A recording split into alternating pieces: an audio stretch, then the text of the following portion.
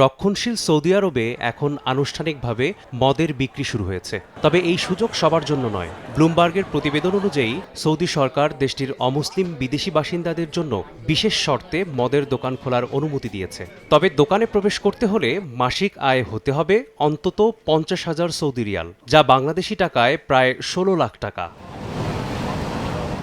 রাজধানী রিয়াদের এই একমাত্র মদের দোকানে ঢুকতে অমুসলিম বিদেশিদের দেখাতে হবে স্যালারি সার্টিফিকেট বা মাসিক আয়ের প্রমাণপত্র।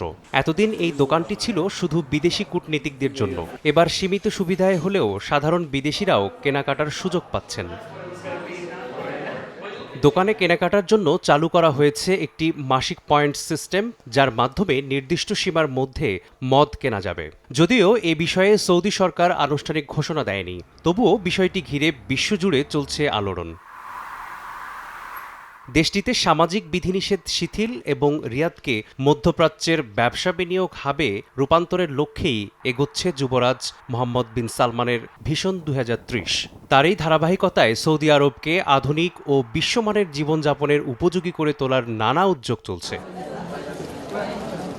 এর আগে নারীদের গাড়ি চালানোর নিষেধাজ্ঞা প্রত্যাহার, সিনেমা হল পুনরায় চালু, মিউজিক কনসার্ট পর্যটকদের জন্য উন্মুক্ত করা, এসব পরিবর্তন সৌদির সামাজিক রূপান্তরের বড় উদাহরণ।